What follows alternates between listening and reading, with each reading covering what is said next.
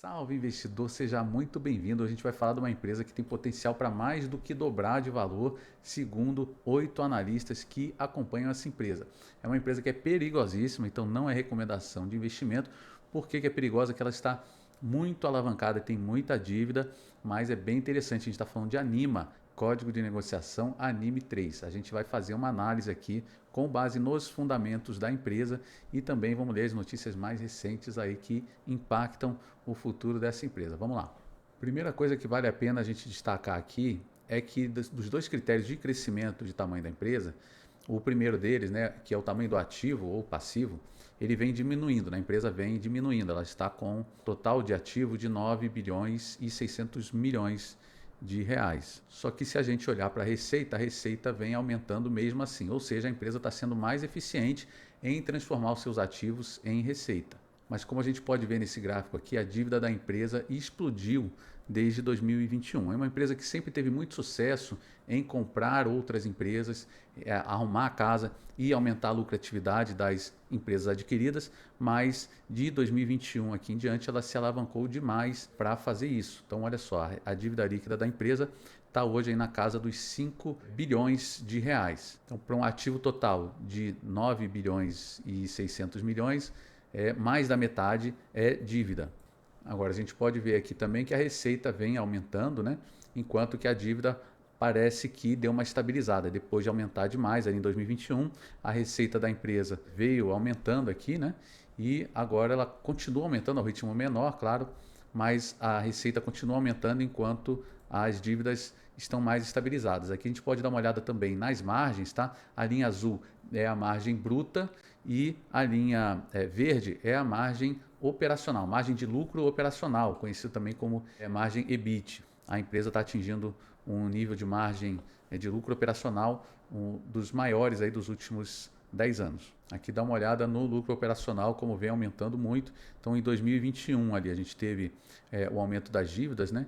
E o lucro operacional foi aumentando. Isso significa que a empresa está conseguindo adquirir aí as sinergias das aquisições que ela fez recentemente. O resultado financeiro, que é o que está pegando a empresa aqui e impedindo que a ação dê uma melhorada, né? Então a gente vê aqui que o resultado financeiro está pressionando bastante o lucro da empresa, está na faixa aí de 750 milhões de reais por ano. Esse último gráfico é o lucro líquido, que de 2022 em diante, principalmente depois do aumento da taxa Selic, a gente vê um impacto muito grande da despesa financeira no lucro da empresa. Só que recentemente a gente teve uma notícia muito boa da Fitch Rating melhorando a nota de crédito da empresa. Então o que diz aqui esse comunicado ao mercado do dia 16? Olha, a Fitch Ratings afirmou o rating nacional de longo prazo da Anima Educação em AA, ao mesmo tempo que revisou a perspectiva do rating de estável para positivo, ou seja, pode até melhorar, pode ir para a nota AAA. De acordo com a agência, a perspectiva positiva reflete a recuperação da rentabilidade e da geração de fluxo de caixa operacional da Anima acima das expectativas da própria Fitch, o que traz mais visibilidade sobre a capacidade da companhia de reduzir sua alavancagem, ou seja, ela está gerando mais caixa e com esse caixa ela vai ter mais capacidade para amortizar sua dívida.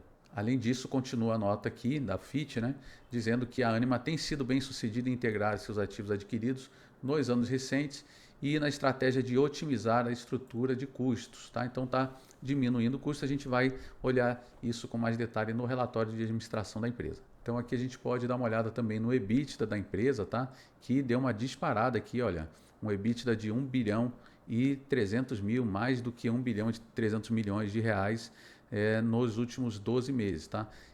O que a gente vê aqui na composição do EBITDA, essa parte em azul é o lucro operacional e a parte em verde é a depreciação. Como isso é despesa não caixa, o EBITDA acaba sendo uma aproximação da capacidade de geração de fluxo de caixa da empresa. Agora dá uma olhada aqui no CAPEX e na depreciação. CAPEX vem de Capital Expenditure, né? São os investimentos da empresa, investimento em aquisição aqui de novas unidades, nesse caso aqui em 2021, como eu falei.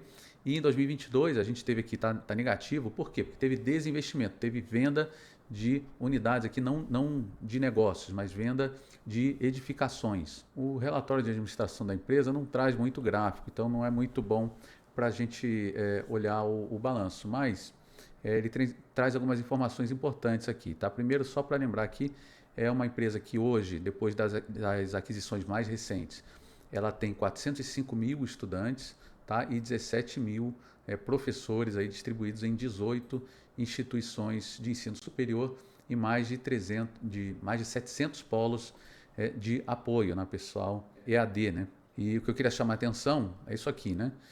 Diz que o EBITDA ajustado chegou a 923 milhões de reais. E isso aqui, olha, isso aqui que é importante. A alavancagem foi reduzida de forma orgânica pelo segundo trimestre consecutivo para 3,25 EBITDA, ajustado abaixo do limite de 3,5 vezes, tá? É a dívida líquida sobre EBITDA. Esse número, quanto menor, melhor, tá? Significa que a empresa tem uma capacidade maior de honrar os seus compromissos. Acima de 3 já é um número bem perigoso, mas isso aqui é importante a gente monitorar porque ele serve de covenants. Covenants são garantias, né? São acordos para manutenção desse número aqui. Já vou mostrar quais são os covenants específicos, tá? Mas são acordos que eles fazem com os credores que, se ele ultrapassar um certo número, se ficar uma dívida muito mais alta do que o EBITDA, ele tem que pagar uma multa para os credores. Então vamos dar uma olhada lá nas notas explicativas do balanço, né? A gente vê aqui quanto que a empresa está pagando, tá? Então tem aqui todas as debêntures emitidas pela empresa, todas as dívidas, tá? Eu estou pegando aqui só as que têm um valor mais alto, tá? Que é essa coluna aqui, ó. Dá para ver aqui? Essa coluna aqui. Então esse aqui que pegou 2 bilhões de reais, né? Ele está pagando CDI mais 4,75%, vencimento em 2027. Tem um outro CDI mais 1,65% e esse aqui também é CDI mais 2,6%. Então o principal custo dela é CDI. Tem alguma coisa aqui de IPCA mas é volume pequeno, tá? Esse aqui, por exemplo, mas é um volume pequeno. Agora, o que eu queria chamar a atenção é isso aqui, olha, os covenants, né? Então, a empresa, ela tinha o covenant de 3,5, né? De dívida líquida sobre EBITDA de 3,5, só que a partir de junho de 2024, esse número cai para 3. Então, hoje está em 3,25, então a empresa tem que pagar parte da dívida para diminuir a dívida líquida dela, para ficar com a relação dívida líquida sobre EBITDA abaixo de 3 ainda esse ano, tá? Espero que a empresa consiga. Se ela não conseguir, ela vai ter que pagar multa sobre essas dívidas aqui. Então, a mesma coisa para essas outras debêntures aqui. Olha, o covenant era de 3,5 e a partir de junho de 2024 passa a ser abaixo de 3. Então, se você desejar investir nessa empresa, saiba que ela é uma empresa extremamente endividada e que você vai ter que monitorar essa relação dívida-EBITDA. Agora, por que eu acho que essa empresa está atraente, além da opinião dos analistas que a gente já vai trazer para vocês, tá? O valor de mercado da empresa é 1 bilhão 345 milhões, valor da firma 5 bilhões 540 milhões. Por quê? O que é o valor da firma? É a soma da dívida líquida com o valor de mercado. Então, como essa empresa é muito endividada, o valor da firma é muito maior do que o valor de mercado. Só que se a gente olhar para vários múltiplos aqui, a empresa é bem interessante. Embora o lucro esteja negativo por conta da dívida alta, a gente vê outros múltiplos bem interessantes aqui. Por exemplo, preço sobre valor patrimonial, 0,56. Significa que se você comprar ações da empresa hoje, você vai estar pagando 56 centavos para cada R$ 1 de valor patrimonial. Então, você está pagando quase 50% de desconto com relação ao valor patrimonial. Outro múltiplo interessante, que para mim é o mais importante em vários setores aí da economia, é esse múltiplo EV/EBIT. EV é o valor total da empresa, né? Quanto que a empresa vale somando aí dívida e capital próprio, dividido pelo lucro operacional. Quanto maior, mais cara a empresa está, quanto mais baixo, mais barata a empresa está. Então esse número aqui, esse múltiplo de 6,91 é bastante baixo se a gente comparar com outras empresas, inclusive de outros setores. O EV/EBITDA também muito baixo, até porque o EBITDA da empresa aumentou muito depois das aquisições que ela fez, a depreciação aumentou, então a gente está tendo despesas não caixa. Significa que a empresa está tendo um fluxo de caixa maior do que o lucro operacional, bem maior, né?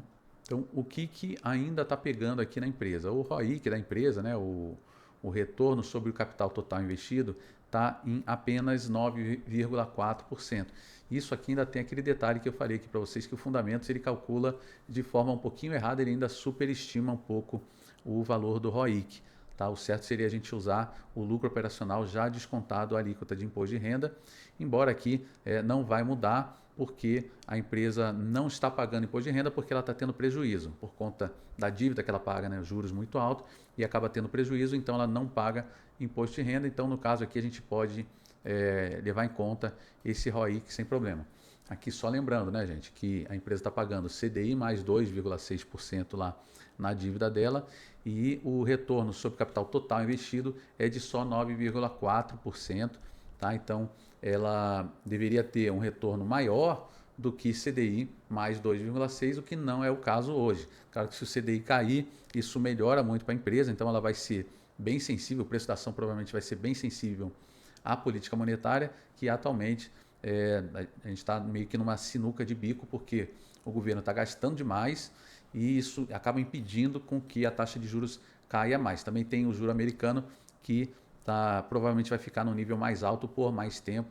Isso também impede que o Banco Central brasileiro baixe ainda mais a taxa de juros. Por outro lado, como eu falei para vocês, né, o EBITDA da empresa, né, a capacidade de geração de caixa da empresa está maior do que o lucro operacional. Então, o retorno, se a gente considerar o retorno com o EBITDA, né, com a parte que não tem desembolso de caixa da depreciação, ele pode usar esse valor para abater parte da dívida. Se a empresa vai conseguir fazer isso ou não, aí já é outra pergunta que eu não vou conseguir responder aqui, não vou conseguir prever aqui, né? Agora vamos falar de insiders, preço teto, preço alvo, tá?